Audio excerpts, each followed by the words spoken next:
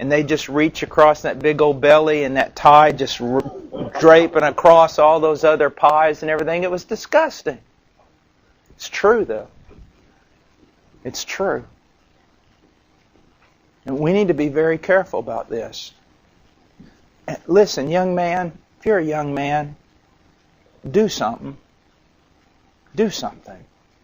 You ought to have some muscle to you. You ought to have some strength to you. I can't stand to shake a hand with a man whose hands is like velvet. It's just like it's grabbing a dead fish or something. Now, have some discipline, bodily discipline. Go out, I don't know, chop down a tree, do something. But you need to be very careful in this area. Also, don't be a minister who doesn't know how to do anything. I mean, nothing. Can't change a tire, you can't nail a nail, you can't do anything. You want to try to, join the land of the living. Get a little bit far, do some stuff that real people have to do. And be disciplined. Be disciplined. I recently came across a young fella, brilliant young fella, brilliant. And he kind of opened himself up to me for advice. And I said, young fella, I don't think you could run a quarter of a mile without passing out. I don't think you could work probably 10 minutes in the field without having to sit under a tree. I think you're a heart attack waiting to happen. I think you've got a mind like very few people I've ever met. But you really need to get a handle on this other side. Another thing, future ministers. A lot of ministers are prima donnas. Okay? Not only are they prima donnas, but they think that everybody in the world owes them something. Just write down this. No one owes you anything. If you starve to death, no one owes you anything. Okay? If you give your life to be burned, no one owes you anything. Okay? Now, if people help you, and sometimes it's okay to ask for help.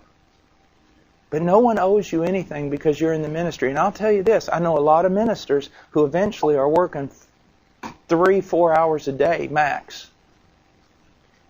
Just walk around, floating around, they don't do anything. You say, well, that's terrible. Yeah, and it can happen to you really quick if you're not disciplined. Know this, that a lot of the guys that you're saying, look, you need to be at church this many times, and you need to do this, and you need to be doing evangelism. Those guys are putting in 10 and 12 hours a day at a factory, and then you're asking them to do some extracurricular activity, but you're working 4 hours a day. You need to be very careful about what you're demanding of others. You better demand the same thing from yourself, because it may be true Americans spend their money really bad, but most Americans have to work really hard, or at least they have to work many hours. And so be very careful about this. See, discipline in every area of our life, not just this super spiritual thing, but in every area of our lives.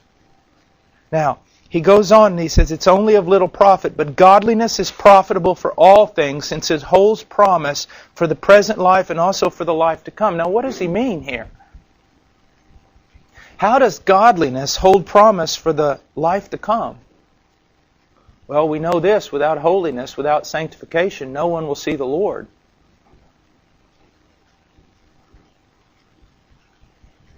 I think this is telling us something, guys.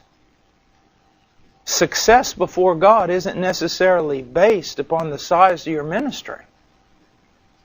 It doesn't say a large ministry holds promise for the life to come, does it? It says godliness holds promise for the life to come. You need to concern yourself more with godliness than ministry. And I'll tell you this, and I'll stand on it, and if anybody wants to come against me, let them come against me, but I'm still not backing down. We can say everything we want, but if you just listen to the voices in modern day conservative Christianity, men are judged by the size of their ministry and not by the godliness of their character. And don't tell me that's not true, because it is. You don't get invited to speak in conferences because you're godly, as much as, man, God's really using that guy, or at least we think He is. Why do we think that? Well, a lot of people are. Do you see? So the idea, the emphasis here is not to go out and change the world. The emphasis is to change. You be changed. I think it was Tozer who complained. All these young men crying about wanting to be used of God. Tozer said, I've found out that if a man will make himself usable, God will wear him out. So how do you make yourself usable? Disciplining yourself to godliness. And then he says, it is a trustworthy statement deserving full acceptance. Now look how he describes his ministry. For it is for this we labor and strive. These are two strong words. Labor and strive. Hard work. Hard work. When I was in seminary, I knew so many guys, and I had the seed in myself who had, there's this idea of I had this one friend, that's actually happened to him, taken a church in New England.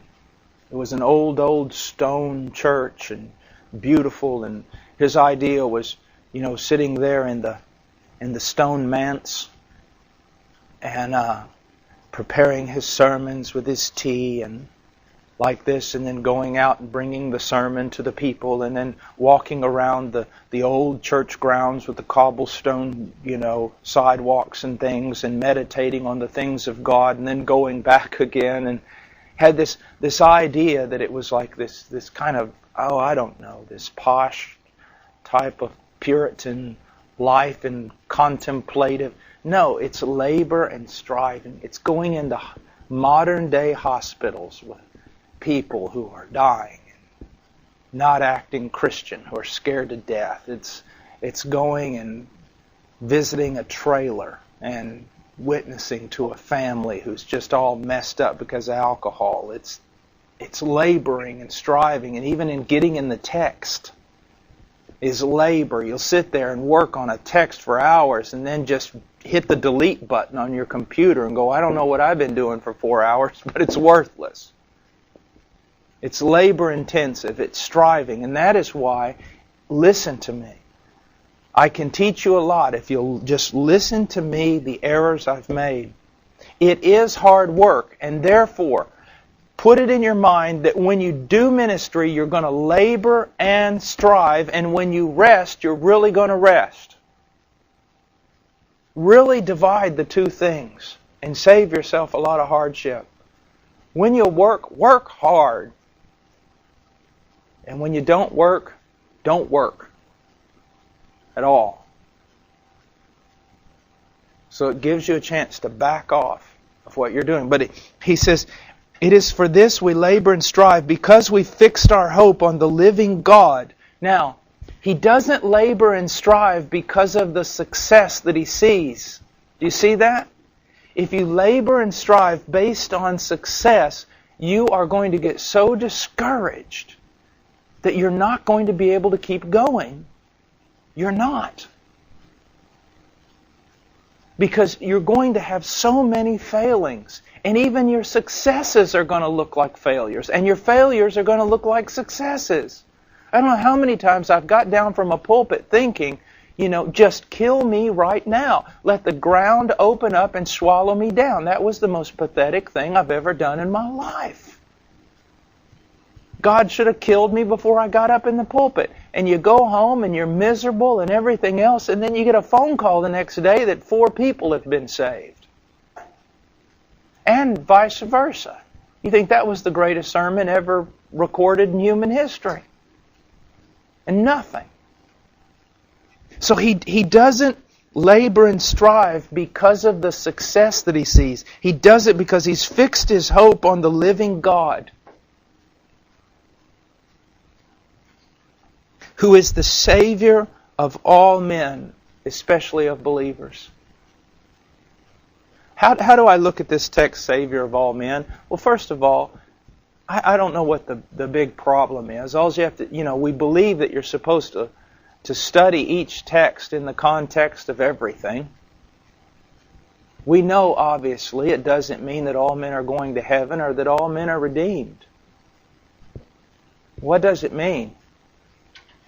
All men have benefited from the gracious character, compassionate character of God. And all men have benefited from the things that God has done on this planet, culminating in the cross of His Son. And every man who goes to hell, if called upon to do so, would have to swear, God